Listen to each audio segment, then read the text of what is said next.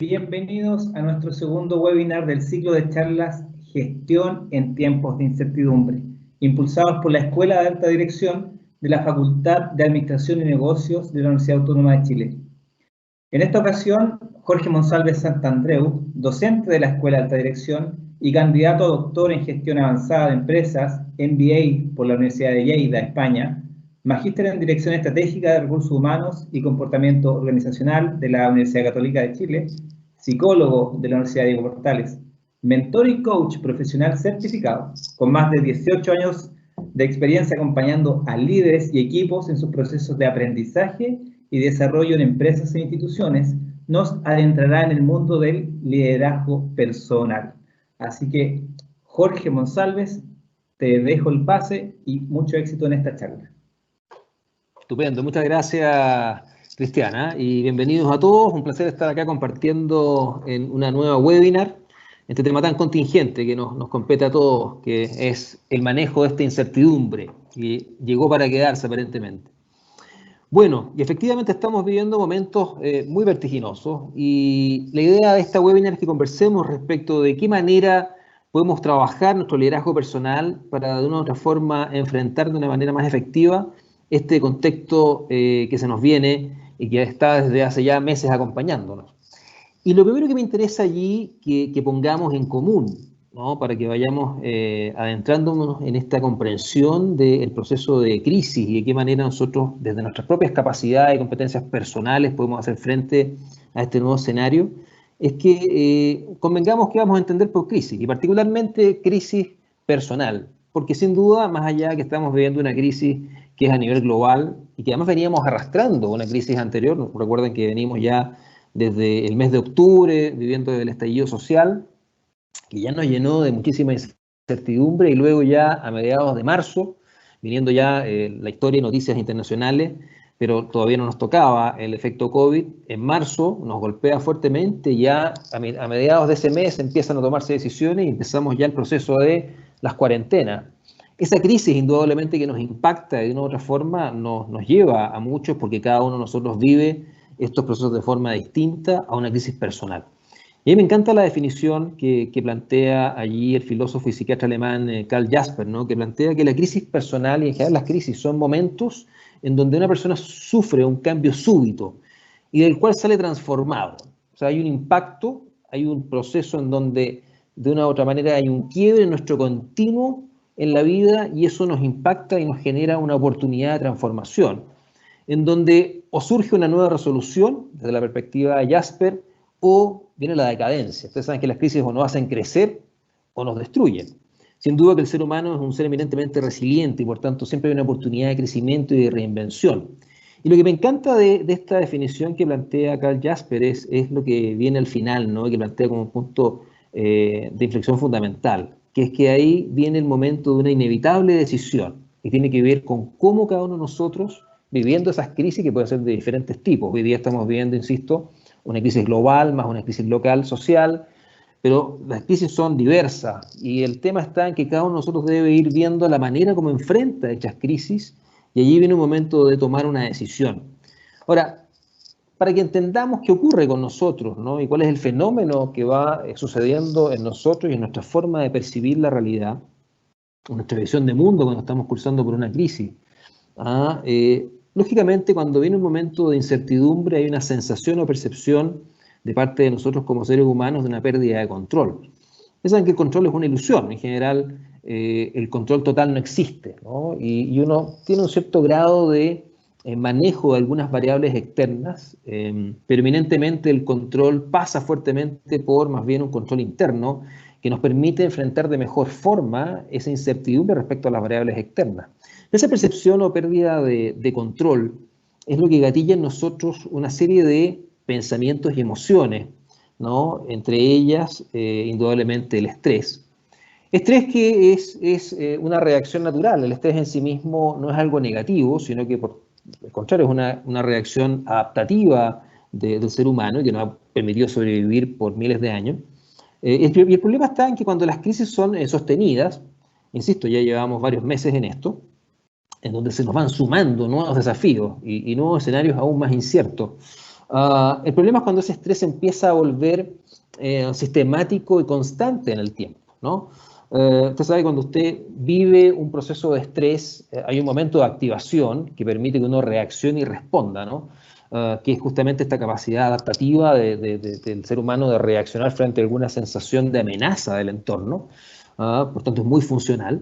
Sin embargo, luego ese exceso de estrés en el tiempo, producido por el cortisol que nos gatilla esta hormona del estrés para mantenernos activos, ¿no? Empieza a desgastarnos. Y allí es donde viene un efecto que es complejo y que si no sabemos manejarlo y gestionarlo adecuadamente nos puede pasar la cuenta, sin duda. Y tiene que ver que cuando esta sensación de agobio se perpetúa, se empieza a convertir también en una sensación de ansiedad, de un futuro incierto, de un miedo, un temor a situaciones potenciales complejas, ¿no? Y eso nos empieza a teñir nuestra forma de percibir el mundo y percibir las cosas que nos van ocurriendo. Es como una especie de velo, una especie de lente a través del cual empezamos a mirar las cosas que nos ocurren. Y allí el vinculamiento entre nuestras emociones y nuestros pensamientos, ¿no? Por allí lo plantea también Goleman, Boyarski y McGee, como nuestro cerebro emocional y nuestro cerebro pensante o racional están en absoluta comunión, y por ende esas emociones que se nos gatillan de angustia, de ansiedad, empiezan a teñir nuestra forma de explicarnos las cosas que nos van pasando. Y a su vez eso retroalimenta nuestras propias emociones de estrés, porque empezamos a percibir y explicarnos las cosas de formas en que a lo mejor no vemos salida, y de repente las situaciones de amenaza se ven mucho más complejas de lo que a lo mejor están siendo desde el punto de vista relativamente objetivo. El problema está en que el ser humano es un ser eminentemente subjetivo. Eso es una suerte de espada de doble filo, porque en definitiva significa que las experiencias en sí no son objetivas, puesto que la manera como percibimos lo que nos ocurre depende 100% de nuestra forma de explicarnos aquello que nos ocurre. Y si a lo mejor hemos tenido una historia en donde nuestras sensaciones respecto a los procesos de crisis han sido complejas, indudablemente que la forma en que nos explicamos el fenómeno cuando lo estamos viviendo es mucho más amenazante que a lo mejor personas que están un poquito más acostumbradas a sobrellevar situaciones de mayor estrés y mayor presión. Y por ende, esta nueva crisis a lo mejor genera en ellos una posibilidad o una oportunidad.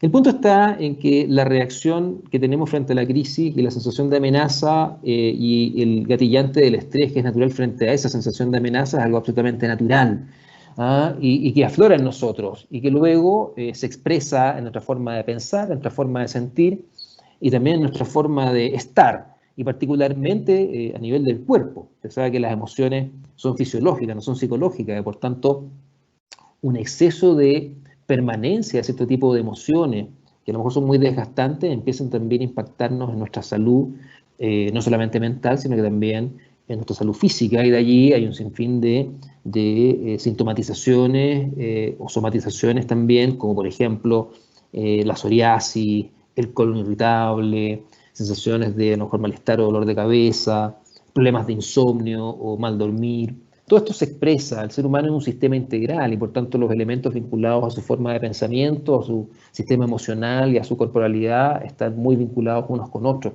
De allí lo fundamental que es que aprendamos a trabajarnos, aprendamos a gestionarnos y de otra manera sepamos conectar con aquellas capacidades que todos tenemos para poder sobrellevar y enfrentar de mejor manera una situación tan desafiante con la que estamos viviendo todos el día de hoy. Ahora, ¿qué es lo interesante acá? Porque claro, cuando aparece la crisis, indudablemente nuestro cerebro automáticamente lo percibe como una amenaza y nos gatilla de una manera adaptativa una respuesta a lo mejor de estrés. Que insisto, el estrés bien gestionado es muy positivo, porque nos permite estar conectados en focos de atención y reaccionar. El problema está cuando es sostenido, a lo mejor empieza a pasarnos la cuenta, mental y físicamente. El punto está en por qué hay personas que cuando viven situaciones que son semejantes, en términos de crisis a lo mejor vital, en términos de a lo mejor alguna crisis profesional, en términos de alguna crisis de carácter personal o este tipo de crisis que estamos viviendo hoy día, social y también de salud o relacionada con la pandemia, porque algunos lo viven de una forma diferente a otras personas, porque algunas personas perciben esos escenarios como una amenaza, como un problema, como algo difícil de sobrellevar, y están muy conectados cuando las cosas no funcionan o no se dan como ellos esperan, con el concepto de fracaso, ¿no? Y eso tiene su forma de percepción y finalmente es como ellos se definen a sí mismos en ese tipo de escenarios, mientras otras personas, ¿no?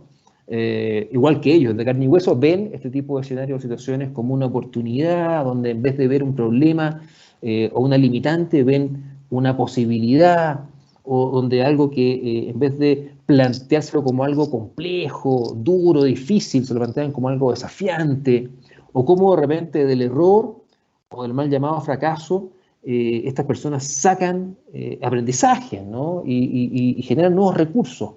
¿Qué ocurre allí? ¿Por qué hay personas que tienen esa forma de percibir versus otras que a lo mejor tienen una forma radicalmente distinta de ver el mundo? Y acá es interesante porque ocurre que el ser humano, como hablábamos un ratito atrás, ¿no? Y recuerdo un poco las acepciones que plantea el mismo Maturana, el mundo en realidad es una suerte de muchos mundos, porque hay tantos mundos como observadores haya de él. En definitiva, cada persona en su percepción de mundo trae un mundo a la mano, como dice Maturana. ¿Por qué? Porque en definitiva nosotros cuando percibimos la realidad, entre paréntesis, ¿no? Eso que está entre comillas allí en el enunciado, lo que estamos haciendo es construir nuestra propia realidad. Y ese proceso se desarrolla en base a que vamos estructurando a lo largo de nuestra vida lo que se denominan modelos mentales. Y los modelos mentales o mapa perceptual, es la manera como nosotros como seres humanos, como personas, vamos construyéndonos una forma de visión de mundo. Vamos explicándonos la realidad, vamos construyendo una identidad de quienes somos, vamos de una u otra manera generando un contexto en el cual estamos insertos y que me permite explicarme el quién soy yo para mantener mi coherencia interna en el tiempo. Una narrativa que me permite tener una coherencia interna de quién soy yo en diferentes contextos, diferentes escenarios. Y ese proceso se va construyendo desde que uno es chiquitito, desde que uno nace, ¿no? y recae en alguna familia donde hay una serie de formas de funcionamiento, una serie de valores, de patrones de comportamiento, de códigos, que uno los va incorporando y los va introyectando, y luego, a través de los distintos sistemas donde uno luego se va socializando, ¿no? El sistema educativo, ¿no? El colegio, la universidad, los grupos de pertenencia, todos esos procesos van gatillando esta intersubjetividad que nos permite luego irnos construyendo el quiénes somos, o responder a la pregunta ¿quién soy yo? ¿Quién soy? Y luego el tener una conciencia o noción de cómo soy yo y cómo yo funciono. De allí que me encanta este dibujillo que está ahí, que suelo utilizar cuando estamos en los talleres con los alumnos de posgrado en la Escuela de Alta Dirección, estamos trabajando habilidades directivas, ¿no? Justamente habilidades a lo mejor de liderazgo y de coaching. El entender que el mapa de percepción de mundo es propio de cada persona, ¿no? Y es algo muy subjetivo, por ende. Y cuando uno mira allí ese pollito que está mirando esa foto, ¿no? Indudablemente que ese pollo está observando esa imagen desde su mapa de percepción. Si uno lo mira, indudablemente lo que ve allí es un futbolista que está en posición para la foto clásica. Sin embargo, él mira esa fotografía y lo que está mirando desde su mapa de realidad, desde su modelo mental, es a lo mejor un padre que está empollando a un futuro chiquitín que luego va a salir de esa pelota que para el pollo es un huevo. Y el pollo tiene razón, más allá que para nosotros puede ser una locura, porque desde su experiencia, desde su vivenciar, eso es su forma de significarse la realidad. Y en ese sentido, cada uno de nosotros tiene una manera particular de significarse la propia experiencia. Y eso hace que, sin duda, cuando vivimos procesos de crisis, macrocrisis o microcrisis o personales, cada uno la vive de una forma distinta y que en ocasiones a lo mejor experiencias que son muy semejantes o muy similares en términos, al menos desde afuera al observarla, personas las vivan y el impacto que tengan en cada una de ellas sean a lo mejor muy, muy diferentes. Entonces el modelo mental es un elemento muy importante porque es el que finalmente nos permite comprender el cómo nosotros nos autorreferimos la experiencia y cómo vamos construyendo un mundo en base a nuestra propia historia. Y lo interesante es que finalmente esos modelos mentales, ¿no? De esa forma de explicarme la realidad, de, como dicen por ahí, de contarme un cierto cuento de quién soy yo y cuál es mi contexto, cuál es mi escenario y cómo yo funciono en él, va luego instalando en mí una serie de hábitos tanto de pensamiento como de comportamiento. Y claro, los hábitos de pensamiento tienen que ver con justamente lo que estamos planteando en términos de nuestra explicación interna de los fenómenos que nos van ocurriendo en la vida. de qué manera cuando tengo a lo mejor un problema con un otro, tengo a lo mejor un desafío que enfrentar en el trabajo, tengo un conflicto interpersonal con otra persona, tengo a lo mejor una situación compleja con mi equipo, cómo ese fenómeno para mí tiene un significado particular y probablemente para otra persona tendrá un significado distinto, pese, insisto, a que desde afuera sea el mismo fenómeno. Y eso luego trae consigo el que también se instalen en nosotros hábitos de comportamiento, o sea, formas reiterativas de ser y estar, formas que se van repitiendo en el tiempo de cómo vamos reaccionando frente a determinados estímulos o determinados desafíos en la vida. Y lo paradojal del ser humano, y que además es un fenómeno que viene luego y lo vamos a comentar un poquito más adelante, por un mecanismo de economía cognitiva, digamos, uno va seteándose mentalmente y luego lo complejo de ello es que vas instalando estos hábitos de comportamiento, de reacción, y que finalmente empiezan a actuar de forma inconsciente muchas veces. Y eso te va entrampando en círculos viciosos que hacen que muchas veces te quedes atrapado en situaciones o problemáticas que no logras resolver porque siempre recurres a la misma forma de análisis del problema o siempre recurres al mismo patrón de comportamiento para resolver dicho problema y por tanto el resultado final siempre sigue siendo el mismo, ¿no? Por ende, la lógica del modelo mental que uno trae consigo y va construyendo a lo largo de su vida, junto con estar conscientes de que uno va instalando e instalándose hábitos de pensamiento y hábitos de comportamiento, es un elemento basal fundamental para poder entender de qué forma podemos trabajarnos para ir enfrentando de una forma mucho más efectiva estos contextos que indudablemente demandan de nosotros mucho más en términos de autogestión y también de ciertas habilidades que luego las vamos a ir desarrollando.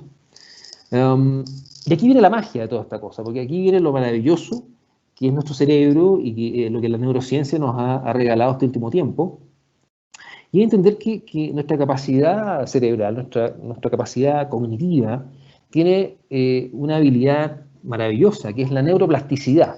¿Y qué significa eso? Significa que años atrás se pensaba que nuestras conexiones neuronales con el tiempo, en la medida que uno iba envejeciendo, nuestro cerebro iba poco a poco perdiendo funcionalidad, ¿no? y perdías conexiones neuronales. Sin embargo, hoy día la neurociencia ha comprobado que es todo lo contrario. En la medida que tú mantienes estimulado tu cerebro, en la medida que tú vivencias nuevas experiencias, en la medida en que tú aprendes cosas nuevas, tú vas estimulando la generación de nuevas interconexiones que enriquecen tu capacidad de percepción de mundo y por ende tu cerebro, más que irse, comillas, secando en el tiempo, se puede ir incrementando su capacidad para ser mucho más flexible y plástico en su forma de reaccionar y en su forma de comprender lo que te va ocurriendo en el mundo. Y ahí lo mágico es lo siguiente, que el cerebro en términos de percepción, ustedes saben que insisto, la realidad es una realidad entre paréntesis, porque es una realidad mediatizada por nuestro sentido y luego por nuestro cerebro que interpreta esa realidad. El cerebro no distingue entre realidad e ilusión.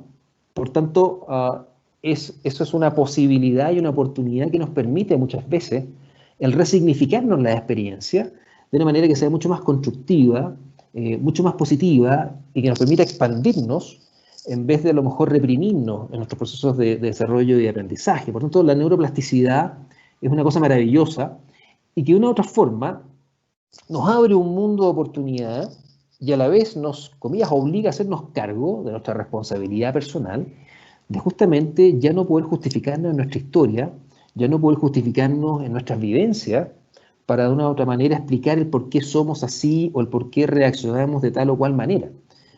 Porque finalmente esto nos lleva a la conclusión tremendamente desafiante y que siempre me encanta cuando me toca trabajar con líderes, el desafiarlos a que se hagan cargo de sí mismos y su forma de ser y estar, que en definitiva es una forma de ser y estar que es una decisión. O sea, ellos son como son porque quieren serlo. Cuando tú logras darte cuenta que finalmente estás condicionado y todo esto tiene que ver con una serie de hábitos instalados en el tiempo, perfectamente tú con tu capacidad de plasticidad neuronal puedes reformular eso y puedes extinguir comportamientos disfuncionales, instalar nuevos comportamientos que sean funcionales y en definitiva irte transformando en una mejor versión de ti mismo y por ende ya no cabe la justificación de que uno es como es porque, bueno, así me criaron, o porque finalmente ya a mis años, bueno, ya no puedo cambiar porque ya estoy muy rigidizado. Por el contrario, uno siempre puede cambiar cuando uno quiera hacerlo, ¿no? Y eso está hoy día avalado, y es lo maravilloso, por la neurociencia. Entonces luego aquí viene la decisión, ¿no? Me cuelgo nuevamente de esa muy bonita forma de definir la crisis personal de Jasper, ¿no? La decisión primordial, digamos, oye, bueno, frente a una crisis, ¿qué actitud voy a tomar? Frente a una crisis o situación compleja o una situación adversa, ¿qué actitud o qué rol voy a tomar? ¿El rol de una víctima o el rol de realmente hacerme cargo de la situación y de mí mismo, que sería el caso de un líder? Víctima tiene que vivir bueno, dejar que las cosas pasen, asumir que lo que hay es, bueno, consecuencia de los planetas, a lo mejor, con mucho cariño a querido Pedro Engel, o Mercurio retrógrado, o lo que sea, a las circunstancias. Liderazgo tiene que ver con darte cuenta de que muchas situaciones y circunstancias vitales que te toca vivir hoy tienen que ver en muchos aspectos con decisiones o no decisiones que a lo mejor tomaste o no tomaste en cierto momento determinado de la vida. Eso te permite a la vez también sentir, vuelvo a esta sensación de pérdida de control frente a la crisis, a retomar el control y que finalmente el actor principal de tu proceso de vida eres tú mismo. Y como consecuencia de eso, viene esta invitación a hacerte cargo de asumir un rol mucho más activo frente a una situación de crisis o adversidad, versus esperar que las cosas pasen o se resuelvan por sí mismas, digamos, porque eso es muy complejo, porque finalmente ahí pierdes el control de ti mismo, y si ya pierdes el control de ti mismo, bueno, estás perdiendo absolutamente el control de todo.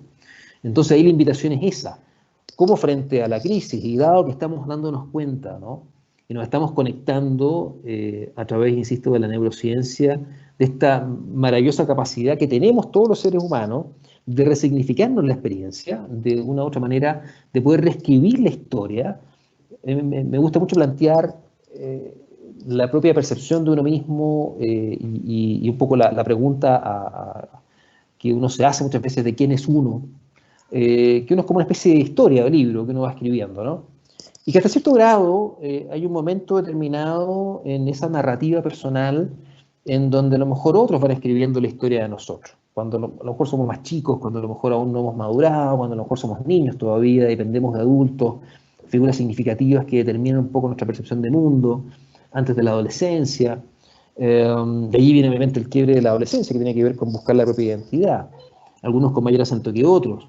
Pero luego hay un momento en esa narrativa en donde ya el lápiz queda encima de ese libro y ya tiene que uno tomar el lápiz y empezar a escribir la propia historia, ¿no? Hacerse cargo de la historia que uno quiere escribir y finalmente hacerse cargo de quién uno quiere llegar a ser.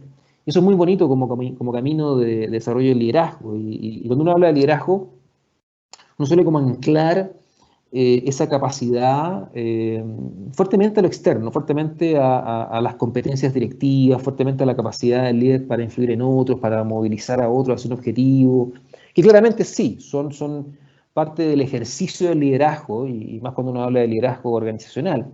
Sin embargo, esas capacidades relacionales o estratégicas son absolutamente inocuas o vacías o de corto plazo, cuando no has trabajado previamente competencias más bien personales, cuando no has trabajado liderazgo desde adentro hacia afuera, que es justamente la invitación que le estamos haciendo a través de esta webinar, que es, oye, el liderazgo parte por casa, el liderazgo parte por trabajarme yo mismo, el liderazgo parte por conocerme en mis formas de funcionamiento, el liderazgo parte por darme cuenta cuáles son mis niveles de condicionamiento, cuáles son mis creencias que tengo instaladas respecto a la vida, respecto a las cosas, a las situaciones, a mí mismo, cuáles a lo mejor esas creencias que tengo instaladas o que traigo conmigo puede que a lo mejor sean limitantes, ¿no? Y cuestionarse desde allí y desafiarse a hacer cosas distintas.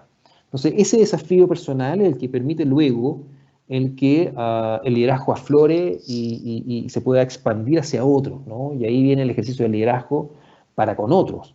Pero ese ejercicio no puede darse si es que no previamente hay un trabajo personal importante de autoconocimiento y de autodesarrollo. Y por tanto, claro, la antítesis del liderazgo, ¿no? El antónimo por excelencia del liderazgo es el rol de víctima, sin lugar a dudas. Entonces, el liderazgo tiene que ver con tomar acción, hacerte cargo, y ese hacerse cargo parte por hacerse cargo de uno mismo. Y por tanto, el liderazgo comienza por liderarnos nosotros mismos. Y esa es la invitación. Porque si primero nos están diciendo, mira, tu forma de percibir la realidad tiene que ver con tu historia, tu manera de explicarte las situaciones que te van ocurriendo y a la vez cómo ellas te afectan, tiene que ver también con tu propia decisión personal de cómo ellas te pueden afectar. Si te están diciendo a la vez también que tu cerebro es finalmente el que va construyendo tu propia realidad y por ende tú tienes la capacidad plena de poder resignificar esas experiencias de una manera que sea diferente y que te abra nuevas posibilidades, no te queda más y no te queda otra que asumir tu propio liderazgo personal, ¿no? Y creo que en situaciones de crisis, sin duda que son oportunidades para conocernos mucho más, para desafiarnos mucho más, y sin duda es que permite que aflore lo mejor de nosotros, porque insisto, el ser humano es en excelencia un ser resiliente y que es capaz de reinventarse. Me ha tocado la posibilidad este último tiempo, desde el estallido social a la fecha, estar acompañando a distintos líderes y equipos, ¿no? Desde la mirada a lo mejor del liderazgo en crisis, ¿no?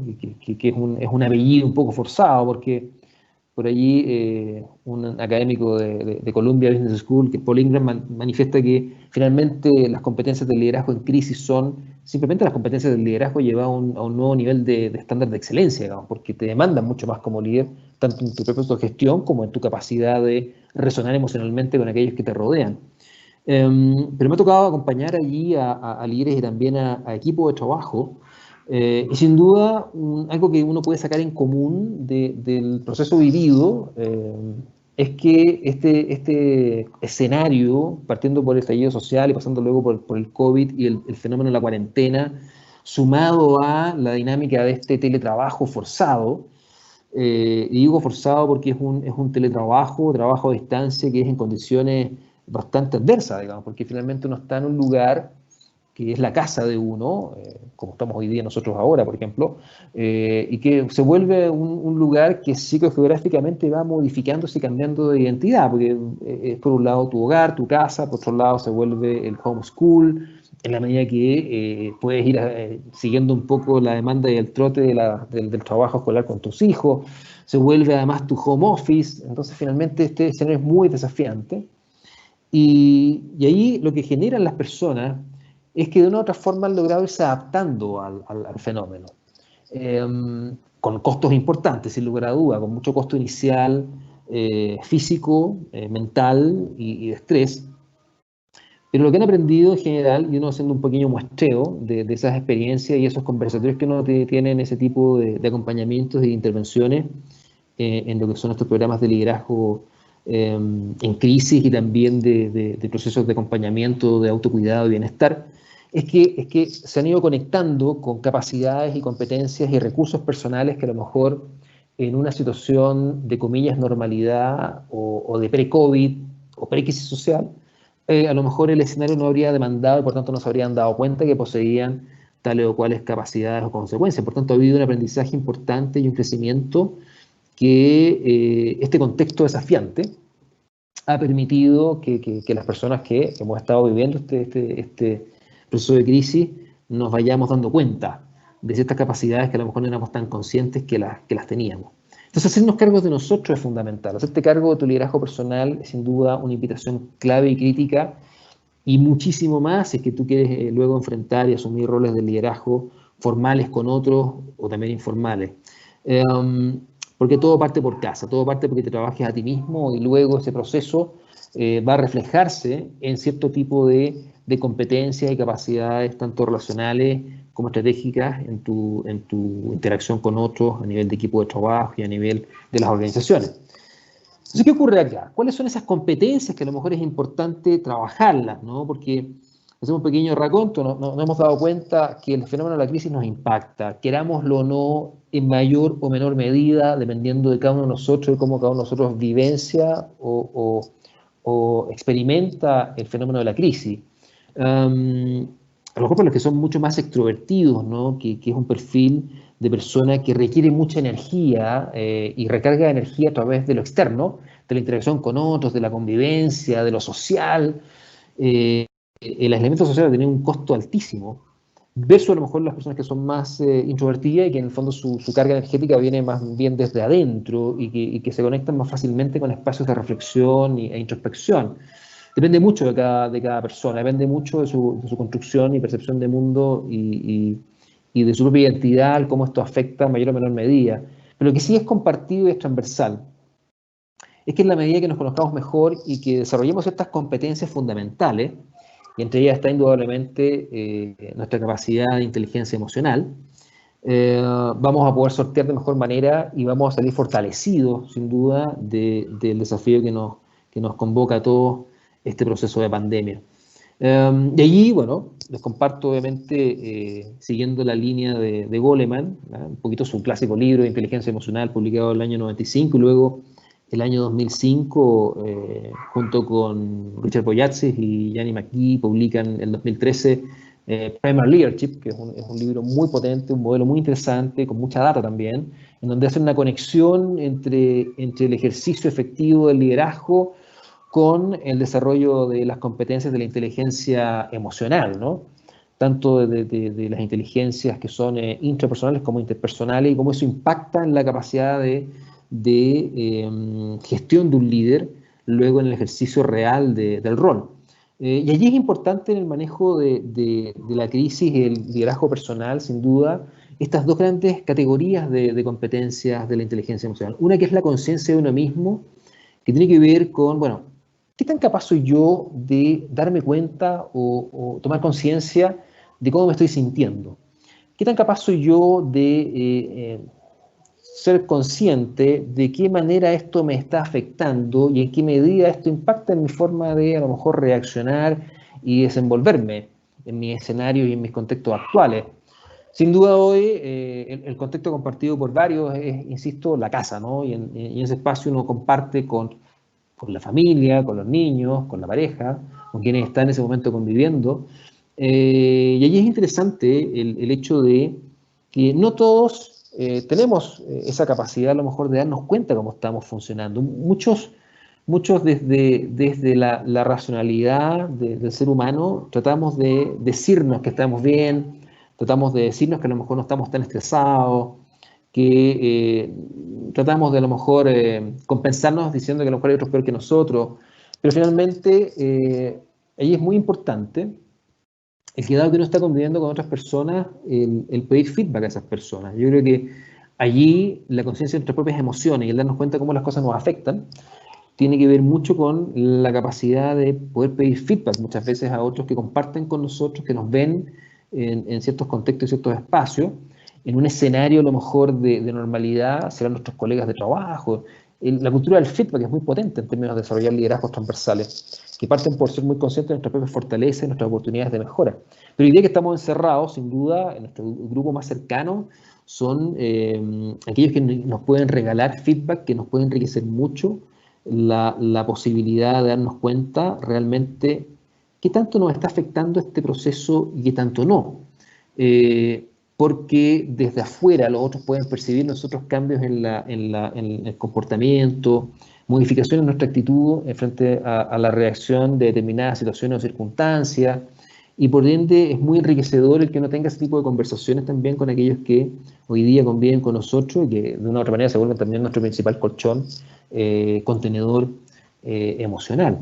Entonces, conciencia uno tiene que ver con qué tan consciente soy yo de mis propias emociones, qué tan consciente soy yo de cómo ciertas situaciones me afectan en mayor o menor medida, qué emociones a lo mejor me hacen más eficaz versus otras emociones que a lo mejor me vuelven no del todo tan eficaz. Eso es parte de tu autoconocimiento y es muy importante trabajarlo como una competencia personal fundamental.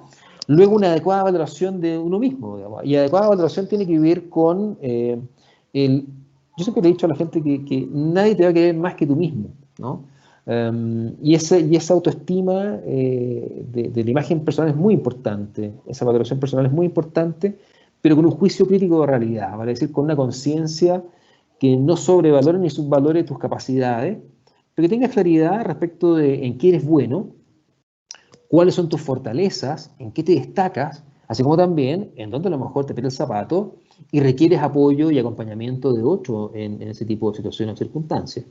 Y finalmente confianza en uno mismo, o sea, el que tú creas en ti, el que tú creas que tienes las capacidades, ¿no?, para resolver cualquier tipo de situación cualquier tipo de desafío, es sin duda un apalancamiento fundamental en la consecución de tus objetivos personales y en el ser capaz de sobrellevar muchas veces situaciones de crisis y situaciones de demanda emocional tan pesada como la que estamos viviendo hoy día. E insisto, y ese constructo, esa confianza en ti mismo, esa valoración adecuada de tus capacidades, ¿no?, y esa conciencia de tus reacciones emocionales tiene que ver con el darte el tiempo de conocerte, ¿no? Uno muchas veces asume como que se conoce, porque uno vive con uno todo el tiempo, pero el hecho en general es que muy poco te conoces en términos concretos, muy poco sabes realmente el cómo tú funcionas, muy poco sabes lo que hablábamos hace un rato atrás, cuáles son tus condicionamientos, cuáles son esos hábitos que tienes instalados, que a veces son un poquito repetitivos y pueden volverse un poquito disfuncionales. No estás tan consciente a lo mejor de qué creencias traes instaladas, que pueden que sean creencias que te han limitado muchas veces en cierto tipo de toma de decisiones.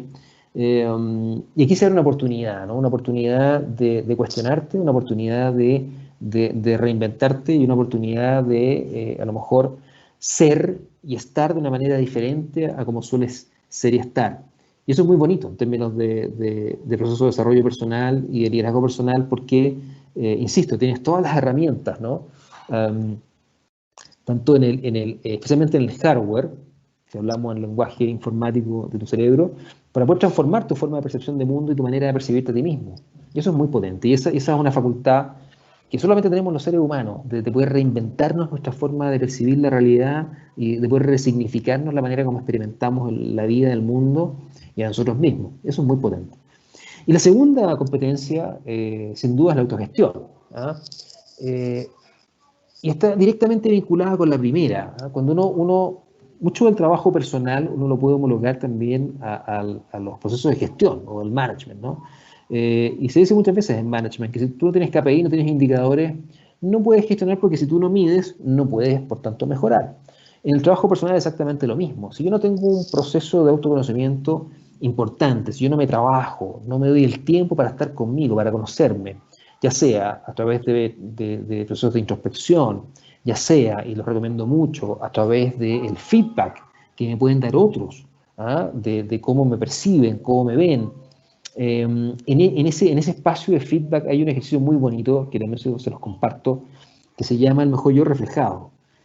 Y el mejor yo reflejado es un ejercicio bien simple y que es solicitarle a aquellos que te conocen, que trabajan contigo, que a lo mejor han compartido contigo espacios de diferentes características, ¿no? Pueden ser compañeros de estudio, pueden ser compañeros de colegio, de la universidad, del trabajo, de un posgrado, familiares, amigos, ¿no? Que te regalen desde su percepción cuáles creen ellos que son tus principales fortalezas o qué son elementos o atributos que ellos admiran en ti. Y que además te digan en qué situaciones o contextos han observado en ti esos atributos o esas fortalezas. Ese ejercicio de feedback positivo, pues se llama mejor yo reflejado, que más va muy en la línea de los modelos actuales de desarrollo de liderazgo, que tiene que ver con apalancarte en las fortalezas y solamente ocuparte de las debilidades más críticas, pero el foco está en apalancar fuertemente las fortalezas para transformar lo bueno que haces en extraordinario.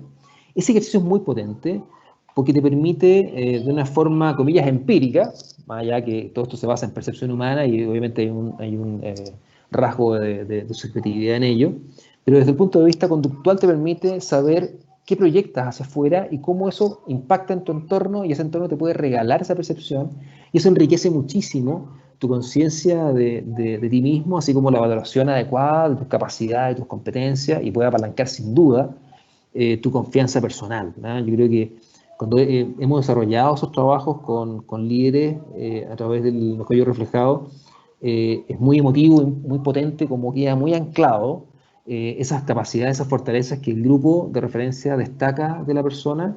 Y wow, luego eso viene todo un proceso como de anclaje de esas fortalezas y sale muy fortalecida la persona luego de ese trabajo.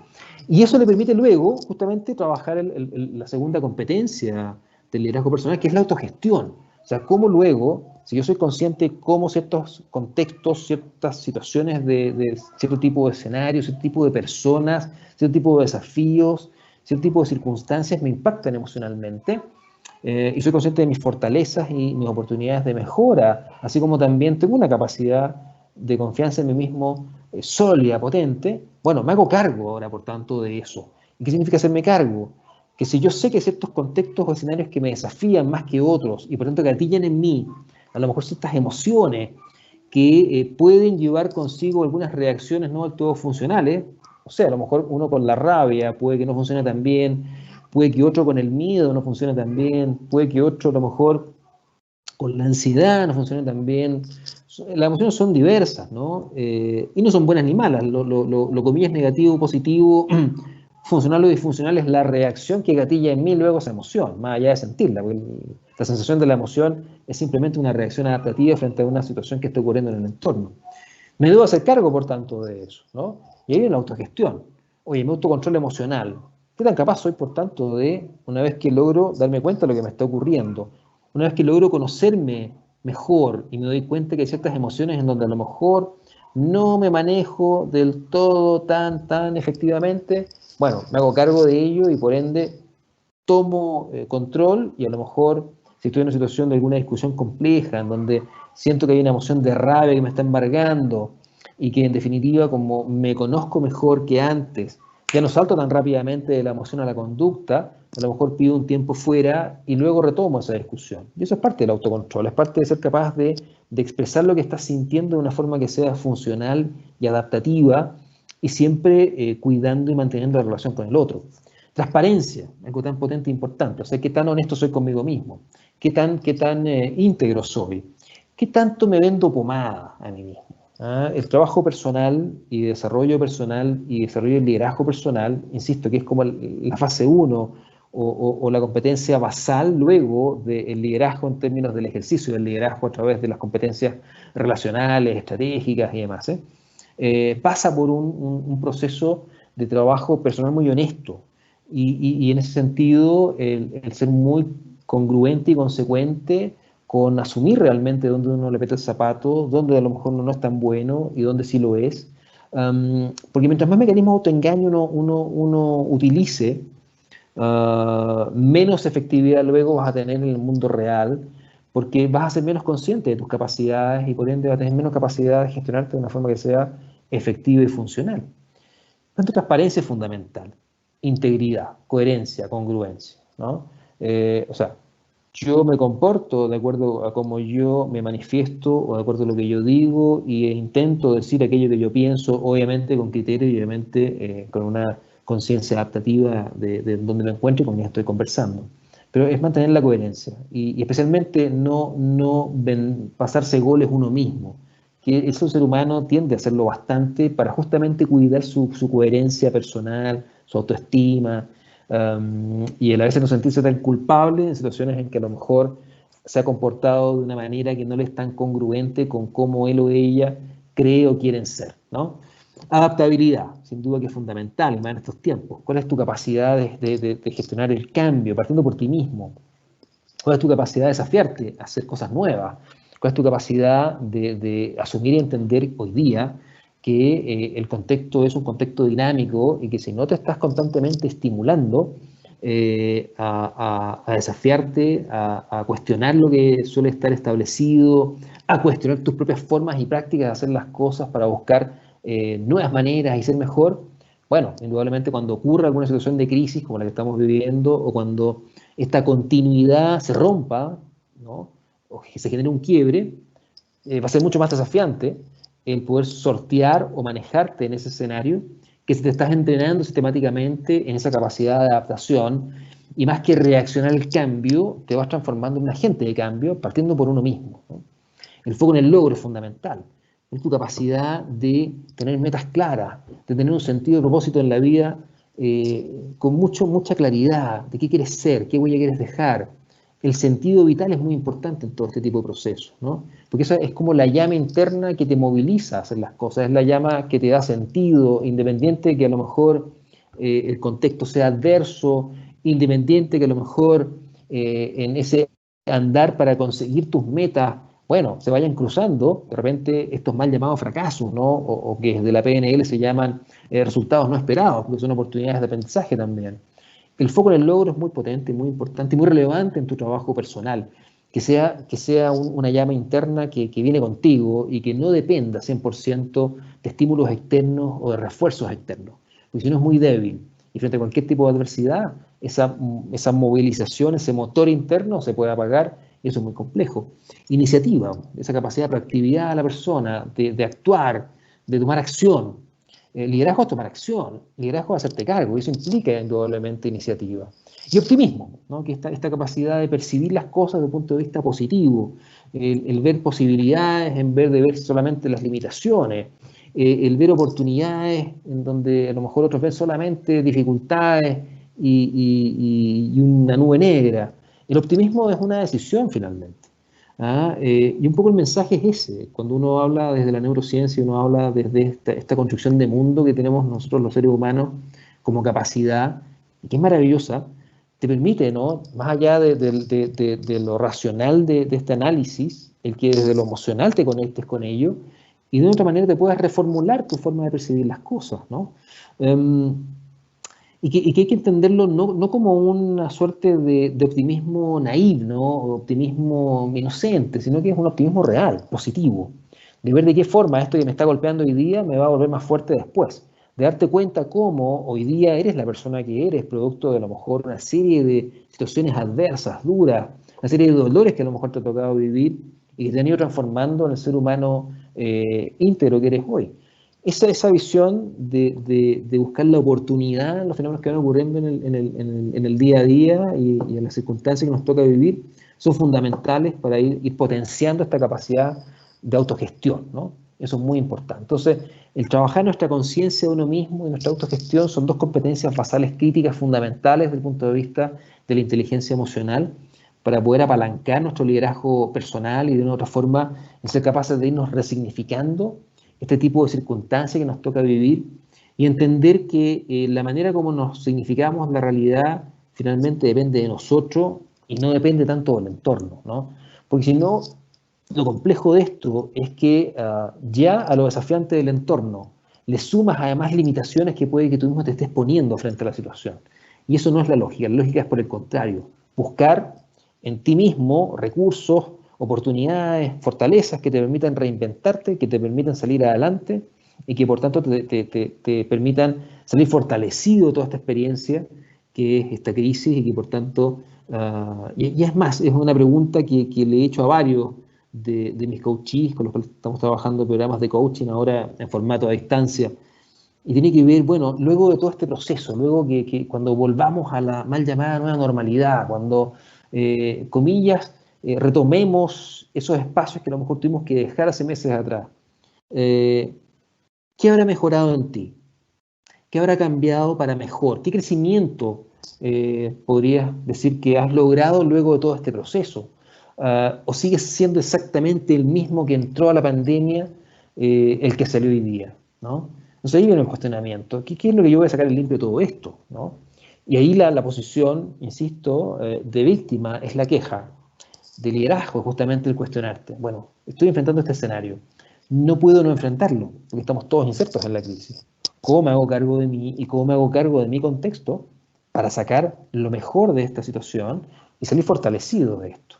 Porque en ese proceso, claro, si bien hay círculos de apoyo, hay entorno que uno lo puede contener, hay redes de apoyo, ¿no? Personales, laborales, afectivas, insisto, finalmente está en uno mismo ese proceso de hacerte cargo y de autocuidado.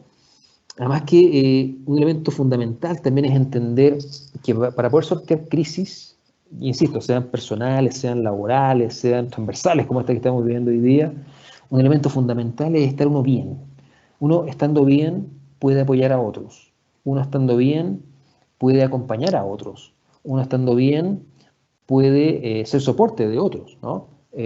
Por allí surgen estas figuras un poco mesiánicas y un poco inmoladas, ¿no? de esta lógica de generosidad altruista, de postergarse por los demás, de sacrificarse por el otro, y que están bien en cierto grado. Sin embargo, siempre en este tipo de reflexiones toco el ejemplo de los aviones, ¿no? De cuando uno está por despegar y está ahí el auxiliar de vuelo y le explica a uno que en caso que el avión capote, lo cual es bien aterrador, pero es una posibilidad, van a caer mascarillas de oxígeno, ¿no? Y lo primero que uno tiene que hacer al momento que eso pase es tomar la mascarilla y ponérsela a uno mismo. ¡Pum! Y después de que uno ha hecho eso, socorre a otras personas, ya sea niños o adultos mayores o gente que a lo mejor está más complicada que uno. Pero no puede uno tomar la actitud altruista de una mala perspectiva, digamos, de poner la mascarilla al otro y después colocársela a uno, porque probablemente uno se va a desvanecer y junto con uno del otro. Acá un poco la lógica es exactamente la misma. Yo debo cuidarme a mí mismo, debo darme mis espacios, debo darme mi contexto de autocuidado y recargarme para poder luego estar bien para los otros que a lo mejor dependen de uno, ¿no? Y los otros que dependen de uno desde el punto de vista a lo mejor del rol de jefatura, rol de liderazgo, otros que dependen de uno desde el rol a lo mejor de familia, de pareja, de papás, de hermanos, de hijos, de lo que sea.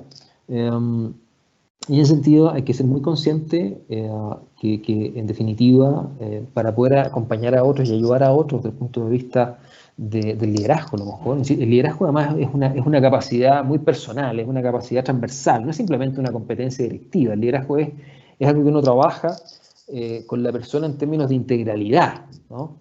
Por tanto, tú ejerces liderazgo en todos los ámbitos en los cuales estás inserto. Ejerces liderazgo en tu casa, ejerces liderazgo con tus hijos, ejerces liderazgo en el día a día, ejerces liderazgo en el trabajo, ejerces liderazgo en los estudios, ejerces liderazgo en todos los escenarios, porque el liderazgo es hacerte cargo. Y por tanto, para ejercer ese liderazgo de una forma efectiva, tienes que partir por estar tú bien, tú en equilibrio y tú trabajando sistemáticamente para ir justamente conectándote con estos recursos, estas capacidades que muchas veces nos damos cuenta que tenemos y que en ocasiones, en situaciones como la que estamos viviendo hoy día, afloran y podemos darnos cuenta del tremendo potencial que teníamos dentro y que a lo mejor no lo habíamos sacado a flote, producto que el contexto no lo había demandado.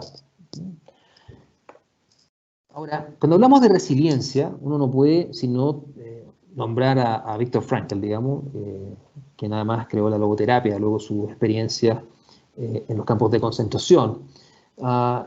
Y que ya en su enfoque y en su planteamiento del concepto de resiliencia, que aparte de la resiliencia en algún momento se pensó que era algo que traían algunas personas solamente, o que venía en tu estructura. Había gente que era más resiliente que otra. Sin embargo, hoy día uno sabe que es una capacidad que no puede desarrollarla, sin duda, ¿no? Y que es tremendamente necesaria desarrollar. Y más en el mundo que estamos viviendo hoy día. Y que te invita a lo siguiente, y que volvemos al concepto de hacerte cargo, ¿no? Que te invita a darte cuenta que independiente de las circunstancias que estés viviendo, independiente del tipo de desafío que estés enfrentando, independiente del contexto que te toque estar viviendo, y nuevamente vamos a esta suerte de ilusión del control. Muchas veces hay variables que tú no puedes controlar y por tanto hay situaciones o contingencias que tú no puedes manejar. Y ese control externo que tú no puedes ejercer, sí lo puedes hacer en forma interna. Vale decir, tú puedes decidir la manera como tú vives la experiencia. Y eso, como lo dice Viktor Frankl, es algo que nadie te puede quitar. La forma como tú vivencias la experiencia, la manera como tú te significan las cosas que te van ocurriendo, es una decisión de cada uno de nosotros, ¿no? Y eso es maravilloso porque te permite tomar control, ¿no? Y por tanto el control pasa eminentemente por nosotros mismos. Y ese control de nosotros mismos es el que luego permite una expansión hacia el entorno que de una u otra manera te permite gestionar las variables que están dando vueltas a tu alrededor y probablemente ser mucho más efectivo en ese proceso.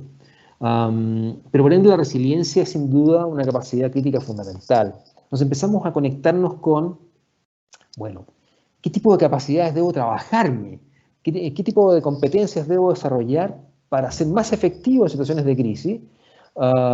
Sin duda son las competencias de la inteligencia emocional, particularmente autoconciencia y autogestión, o conciencia de uno mismo y gestión personal, y también la capacidad de resiliencia, ¿no? O sea, entender que toda situación por adversa que sea, luego en perspectiva te gatilla grandes aprendizajes. Y que toda situación que uno vive, dado, insisto, como nuestro cerebro no percibe la realidad en forma directa, sino que la percibe mediatizada por nuestro sentido y por nuestro sistema de creencias, ¿no? Depende de nosotros la forma como nos signifiquemos las propias experiencias. Depende de nosotros en que una situación compleja, adversa, jodida, nos la signifiquemos como un terrible fracaso o como un gran aprendizaje, ¿no? El problema y la consecuencia de eso es que el cómo nos impacta una y la otra son muy distintas, porque el lenguaje crea realidad. El ser humano se construye en base al lenguaje. El quién soy yo tiene que ver con qué narrativa tengo respecto de quién digo yo que soy como persona y soy como ser humano. Por tanto, la forma como nos narramos las cosas determina muchísimo la forma como percibimos las cosas. Y luego eso impacta a través de nuestros pensamientos, en nuestro sistema emocional, nuestro cerebro emocional. Y por ende impacta nuestra forma como nos sentimos. Por ende tiene que ver con el gestionarte de una forma mucho más efectiva, ¿no? Y tomar control de ti mismo y no dejar que las circunstancias tomen control de ti. Porque cuando las circunstancias toman control de ti, ahí ya difícilmente tienes la capacidad de sortear y hacerte cargo justamente de lo que te compete a ti, que eres tú mismo, ¿no? Entonces la invitación es esa. Es como, dado que tenemos todos los recursos, dado que comillas, no hay excusa para no hacerlo, ¿no? Porque tienes todas las capacidades cognitivas, tienes todas las capacidades en términos emocionales, tienes todas las capacidades, porque tú eres el dueño de tu cerebro y tu pensamiento, de poder reformularte la manera como te significas la experiencia, el que te hagas cargo de ti y que de una otra forma te vayas construyendo desde un punto de vista resiliente en este andar que nos invita a todos esta pandemia. Y hay una investigación muy interesante, ¿no? que desarrolló hace pocos meses, producto justamente de la pandemia Sanger y Folman, por eso es del año en curso.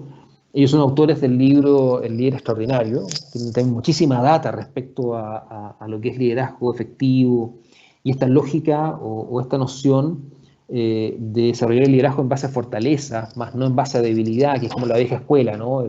La clásica evaluación que se hacía de los líderes y trabajar las brechas en vez de potenciar las fortalezas. Y es al contrario, es trabajar las brechas de aquellas competencias críticas que son importantes de a lo mejor reforzar, más no de todas, y sí potenciar fuertemente las fortalezas para que se vuelvan extraordinarios en ese tipo de capacidades.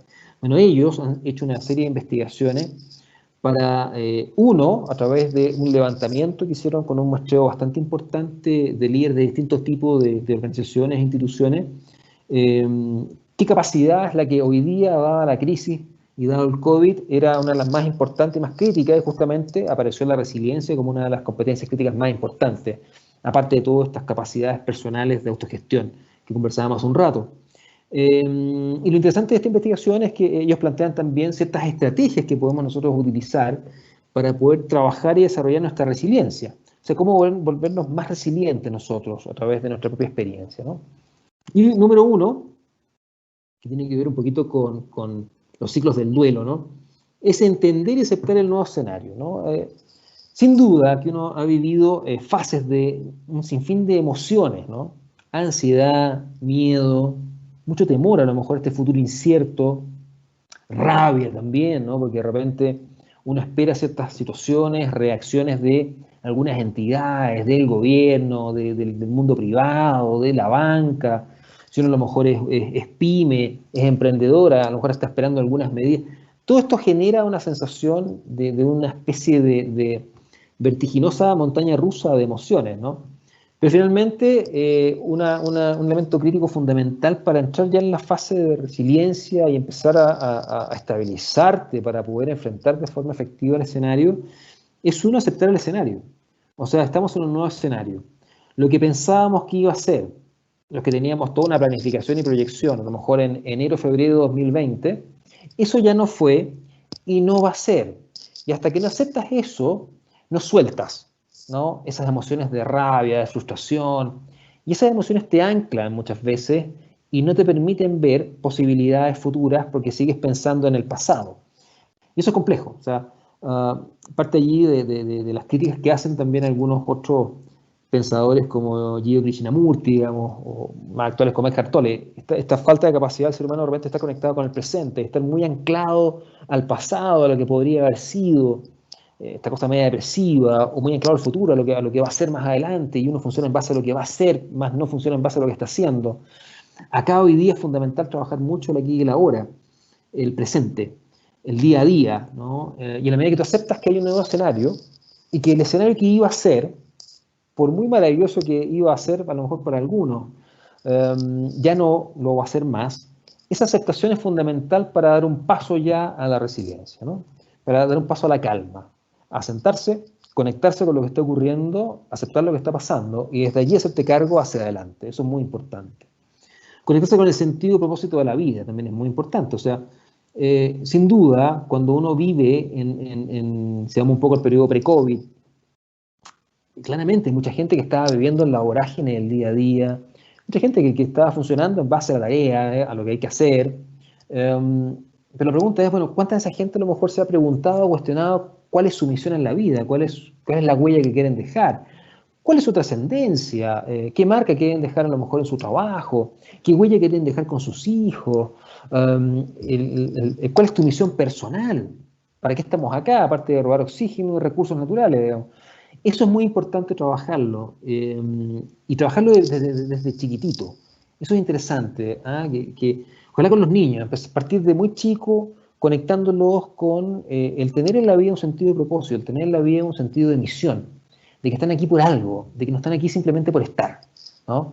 Y estar en esa búsqueda, a lo mejor si no los has encontrado aún, estar en esa búsqueda es súper importante, ¿no? Y eso permite también que te conectes con quién tú eres, que te conectes con quién tú quieres llegar a ser y que por tanto te apalanques en tus propios recursos y te puedas apalancar en tus fortalezas, en lo que tú eres bueno y te puedes destacar.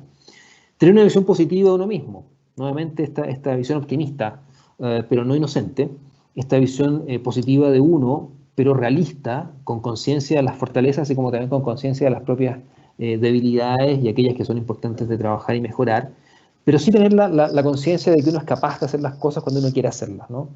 Por ahí dicen que el cambio es 90% convicción y 10% trabajo, ¿no? Cuando tú decides cambiar, ¡pum!, el resto va fluyendo porque ya tomaste la decisión.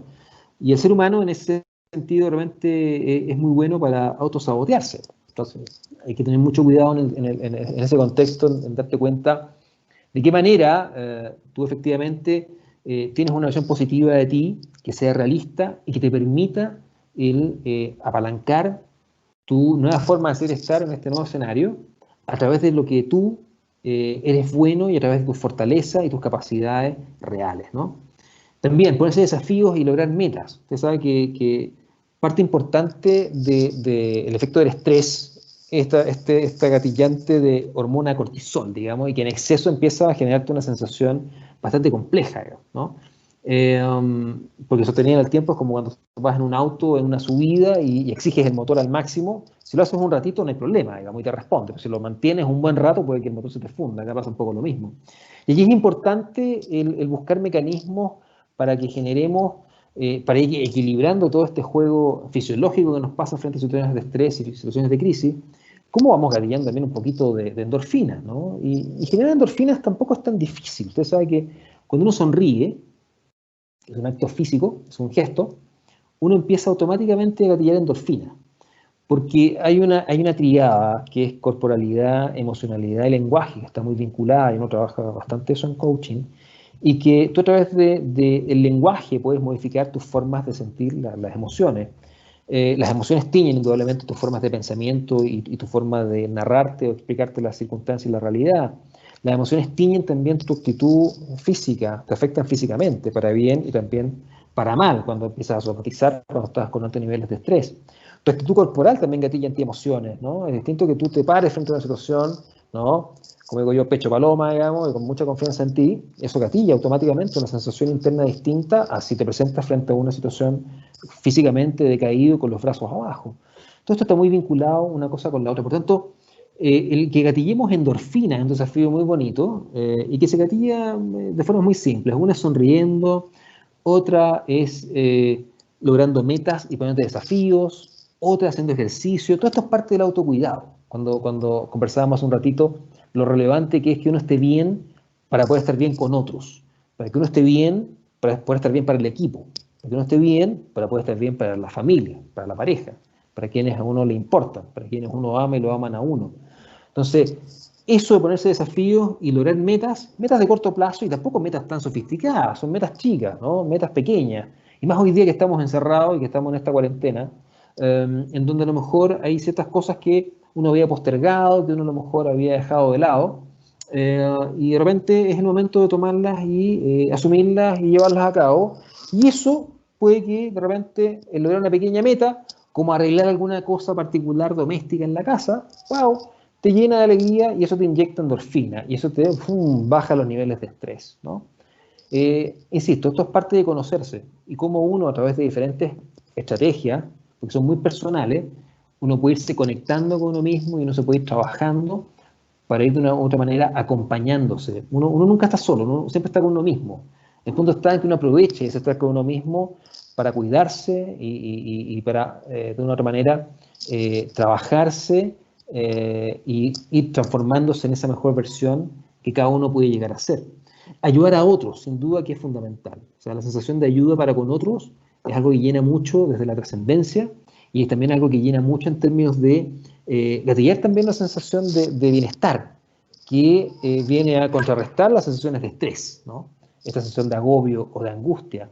Y una ayuda que puede ser desde cosas muy concretas y muy mundanas, hasta simplemente decirle a otros que uno está ahí para escuchar, que uno está allí para acompañar, que uno está allí en caso de cualquier cosa, mandar un mensaje, oye, aquí estamos, oye, espero que estés muy bien, cuenta conmigo. Eso ya es entregar. Y en el entregar, el ser humano recibe mucho más muchas veces cuando entrega que cuando recibe. Y esa es una muy buena estrategia para ir gatillando, potenciando nuestra capacidad de potenciar nuestra resiliencia, ¿no?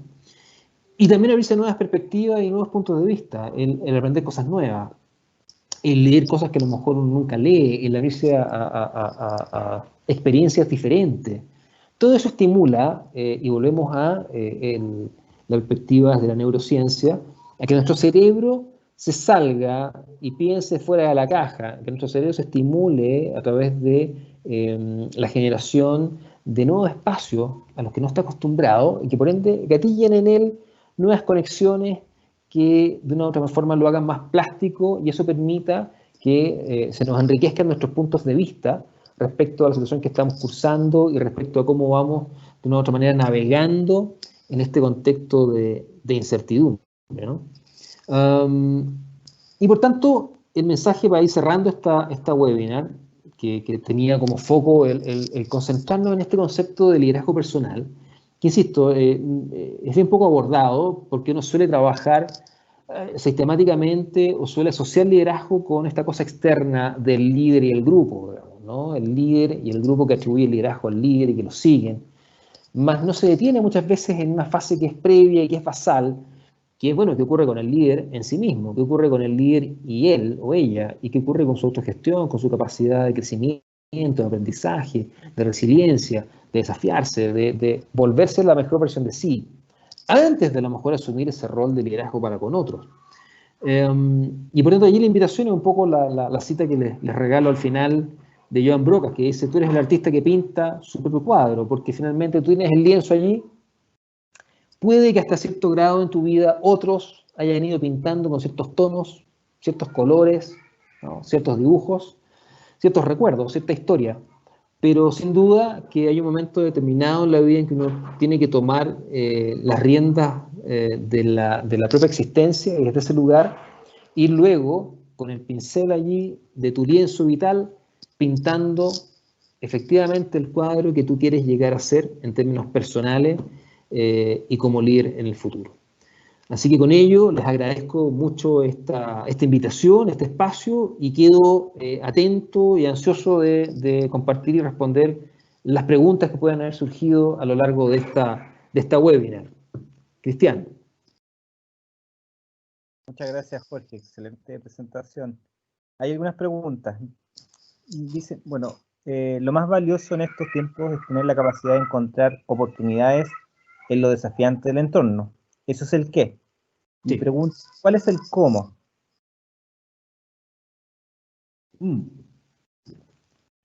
Buscar lo desafiante yo creo que puede sonar excesivamente ambicioso, ¿no? O complejo. Pero sin embargo, buscar desafíos personales tiene que ver con pequeñas metas chiquititas, ¿ah? Y a lo mejor les comparto una experiencia muy personal. Yo me declaro en términos manuales realmente nefasto, ¿no? Me acuerdo en el colegio, yo era de los que cuando me tocaba hacer los retablos que había que llevar, había una prima mía que era experta en ese tipo de arte y ella me hacía ese tipo de cosas, yo era realmente pésimo. Y eso luego se fue traduciendo en el tiempo en que para cierto tipo de actividades domésticas, llámese, no sé, pues instalar una cortina, el taladro, ese tipo de cosas, tipo el constructor, me sentía tremendamente ajeno y absolutamente inoperante, y solía recurrir a algún amigo que lo invitaba, y ahí compartíamos, y entre medio me ayudaba, y qué sé yo. Y el fenómeno de la pandemia, el estar encerrado, bueno, implicó, en el caso mío, el que tuve que hacerme cargo de ciertos elementos y arreglos acá hogareños, dado que no tenía la posibilidad de invitar a algún amigo y, comillas, vacunarlo con ese tipo de cachos. E inmediatamente mi sensación inicial, que para mí es muy desafiante, era de ineficacia, era de inoperancia, era de, bueno, ¿y cómo hago esto? Va a quedar mal, voy a dejar el hoyo, voy a dejar un desastre en la muralla. Lo que puede ser tremendamente poco relevante, nimio, sin ninguna trascendencia, para cualquiera, digamos. Pero para mí no lo era, porque a lo mejor para mí es importante sentirme eficaz en mis contextos, en mis espacios donde yo me desenvuelvo. Bueno, cuento corto es que, nada, empecé a mirar algunos tutoriales por YouTube, empecé ahí a investigar, comillas, instruirme a través de algún tipo de tutorial, y finalmente me embarqué en instalar un par de cosas que había que instalar y que ya llevaban un rato ahí guardadas, que no se instalaban, producto de, bueno, el día a día y la vida, y lo logré. Y ahí les comparto que para mí fue un logro extraordinario, digamos. O sea, fue para mí casi como un posgrado. O sea, me sentí un tipo tremendamente efectivo en ese tipo de menesteres que, al menos hasta antes de esa experiencia, me sentí absolutamente ineficaz. Y esa sensación de bienestar me generó un incremento en mi autoconfianza, me generó el darme cuenta que si uno se propone cosas las puede lograr, me generó el percatarme que pequeños logros van apalancando nuevas formas de percepción de uno mismo. Por tanto, no es el buscar grandes logros, no es el decir, ya, entonces me pongo como desafío ir a escalar a los Himalayas. No, tiene que ver con pequeñas metas en las cuales uno siente que a lo mejor no es del todo eficaz, siente que a lo mejor no va a ser capaz de hacerlo del todo bien. Y allí desafiarte, y allí ponerte como meta el hacerlo. O siente que no se atreve, y a lo mejor ahí ponerte como meta el hacerlo igual, a ver qué pasa, a ver con qué me encuentro, a ver con qué me sorprendo. Y va por allí, va por allí. El trabajo personal de crecimiento parte desde lo muy doméstico, o sea, parte desde lo muy personal. Y luego se va extrapolando a otros campos de la vida, como el trabajo, como el rol de liderazgo con los equipos. Y es muy doméstico, muy personal, porque la idea es que todas esas capacidades que uno va desarrollando en la vida, de foco en el logro, de apertura al cambio, de influencia, de impacto, de liderazgo, uno la aplica en todos los aspectos de la vida, no solamente en el ámbito laboral o solamente en lo personal, porque si no, no son reales, no son reales. Siempre les transmito a los líderes que oye, no sacas nada con ser un jefe extraordinariamente empático en el trabajo si luego en tu casa no escuchas a nadie ni nadie te conoce. En algún lugar estás mintiendo. Y la idea es que tú tengas esa capacidad de integralidad, de incorporar esas competencias en forma transversal. ¿Y eso cómo te puedes ir desafiando? Bueno, haciendo cosas que a lo mejor sentías que no eras capaz de hacer. Desde cosas muy chiquititas hasta de a poquito a otras cosas a lo mejor un poquito más elaboradas. Y ahí tienes un cómo, ahí tienes un ejemplo a lo mejor. Muy bien. Sergio dice, después de escucharte, concluyo que la incertidumbre es positiva, porque nos mantiene alerta, moviliza y luego nos obliga a cambiar, lo que facilita nuestra adaptación a escenarios como el actual. ¿Comparte esto? O sea, totalmente. Yo creo que la incertidumbre es una condición sine qua non de la realidad actual. O sea, uno vive en un mundo de incertidumbre. Uno solía años atrás ya estar hablando de que el cambio era lo único constante.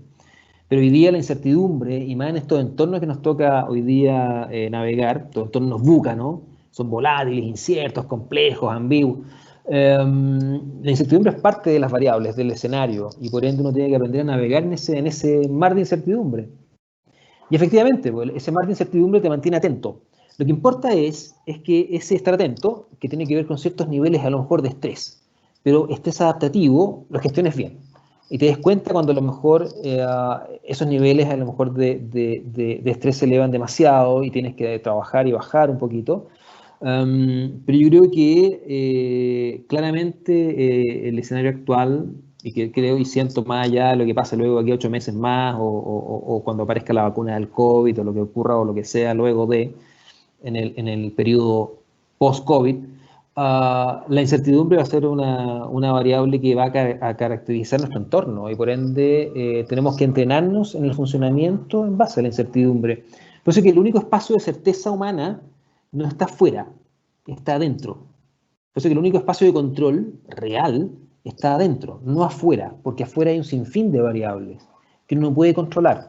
Y como uno no puede controlar todas las variables, siempre va a haber un aspecto de incertidumbre, mayor o menor, indudablemente cada vez mayor. Pero el único espacio de control y certeza que uno puede trabajar es el interno. Y ese espacio de certeza, ese espacio de certidumbre interna, permite luego que puedas navegar de forma mucho más efectiva en el espacio de incertidumbre externo, porque esa incertidumbre no te embarga hacia adentro, ¿no? Te mantienes blindado, te mantienes impermeabilizado con tus propias capacidades y tus propias certezas, digamos, de poder navegar y manejarte en ese tipo de contexto. Al momento de autoliderarse, ¿qué tan importante es aprender de los fracasos? ¿O es mejor quedarse pegado y dar vuelta a la hoja? A ver, ahí el fracaso, insisto, ¿no? Desde la programación neurolingüística se le reformula o se le resignifica como un resultado no esperado. Yo esperaba obtener A, hice B, C, D, chuta, y no llegué a A, llegué a Z. Wow, no es lo que yo esperaba. Pero luego, no es lo que yo esperaba, pero aprendí algo de eso.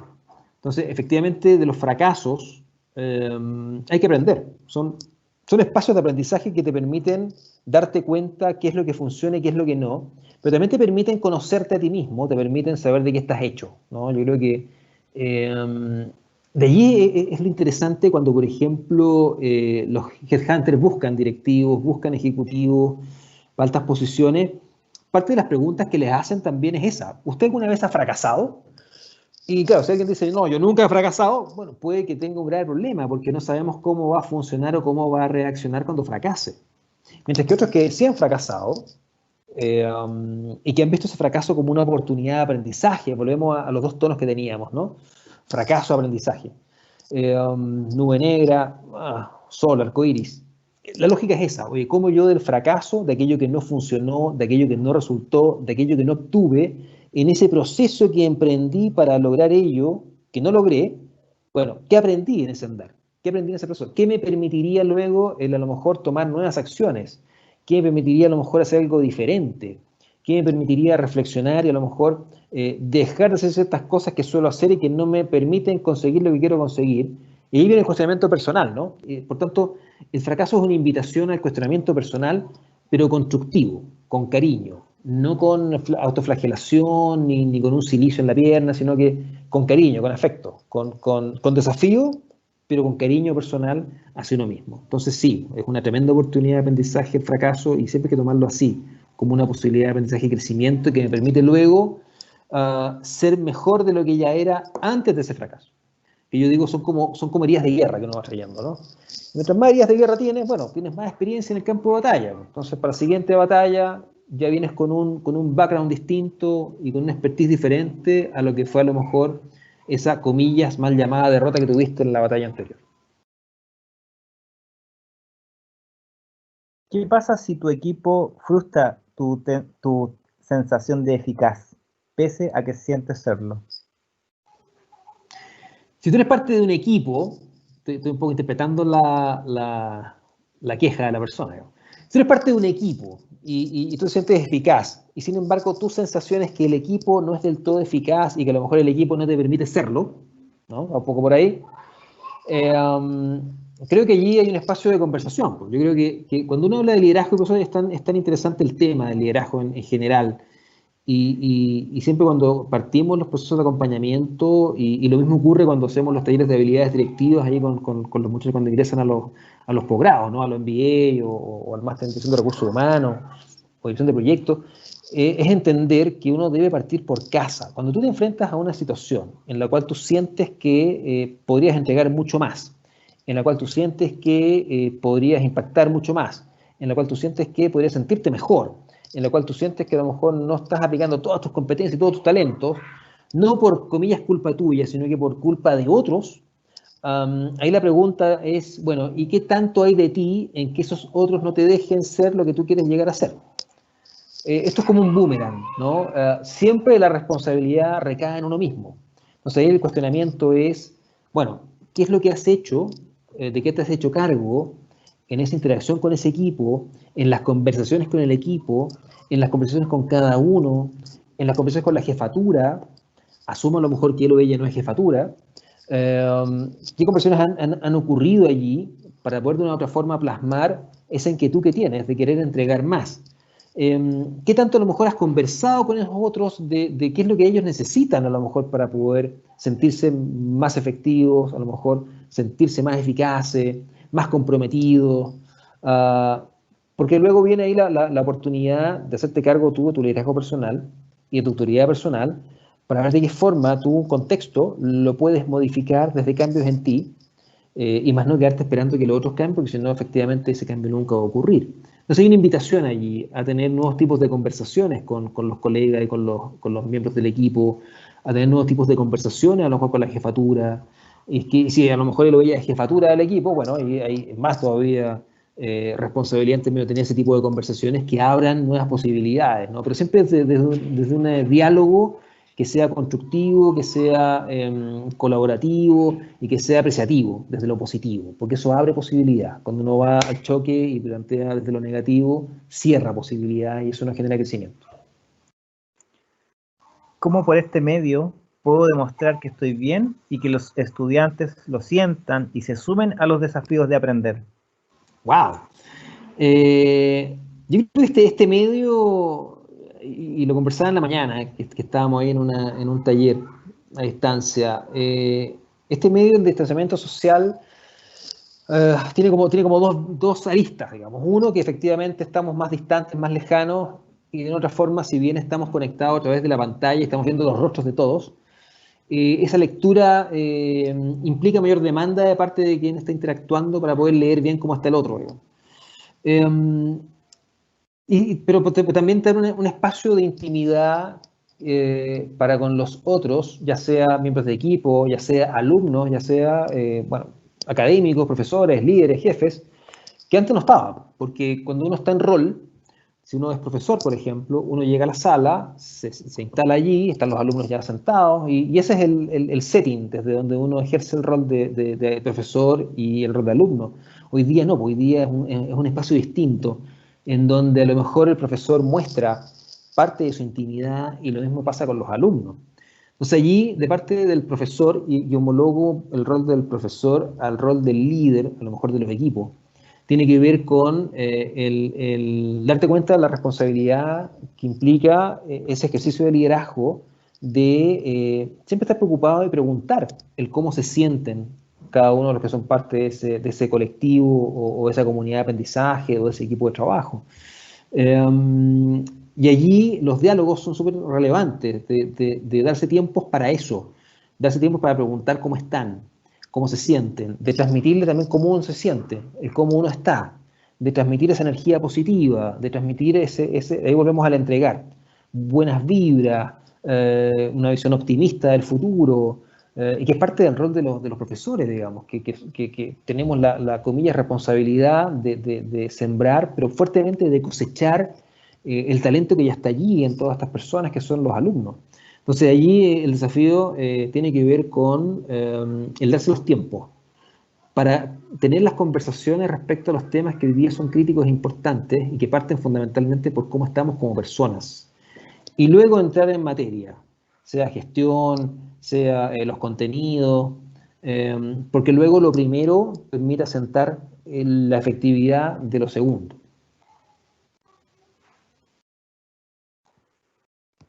Bueno, Jorge, esas son las preguntas. Yo creo que con esta tremenda charla van a surgir muchas más preguntas, ya que cada uno va a tener que empezar a autoindagarse, ¿cierto? Y recorrer el camino. Esa es la invitación, efectivamente. Cierto.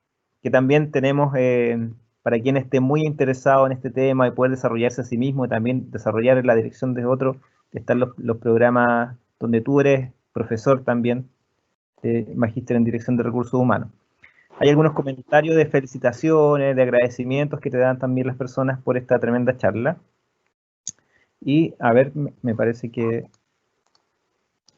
llegó la última pregunta para que vayamos cerrando. Dice, ¿cómo se llama el libro en el 2005 que mezcla el liderazgo y el lado emocional? El libro de Goleman con Boyatzis y McKee, un tremendo libro ese. Ese se llama, en inglés se llama Primal Leadership y en castellano se llama El liderazgo resonante crea más, que es del año 2013 la última edición. Es un excelente libro, muy, muy interesante, muy digerible y muy aplicable además, ¿no? Y con mucho sustento en data, que es muy importante, más allá de las teorías que pueden tener los autores, más que una visión personal, tiene que ver con una investigación llevada a cabo que finalmente sustenta los resultados que plantean en su modelo de Primal Leadership. Es un libro muy recomendable, ¿no? Entonces, para que lo busquen allí, se llama El líder resonante crea más. Bueno, muchas gracias, Jorge. Excelente charla también. Ahí nuestros auditores nos están escribiendo, te felicitan mucho. Así que te agradecemos también tu participación en este ciclo de charlas webinar de la Escuela de Alta Dirección. Y los dejamos también invitados a todos ustedes el próximo martes 21, también la otra charla que tiene que ver con el e-commerce en tiempos de crisis. Así que, Jorge, te fantástico, despido. muchas gracias por la invitación, Cristian, un placer compartir con todos acá y un gran abrazo y todo el éxito para cada uno de ustedes. Listo. Muchas gracias. Nos vemos. Chao, cuídense.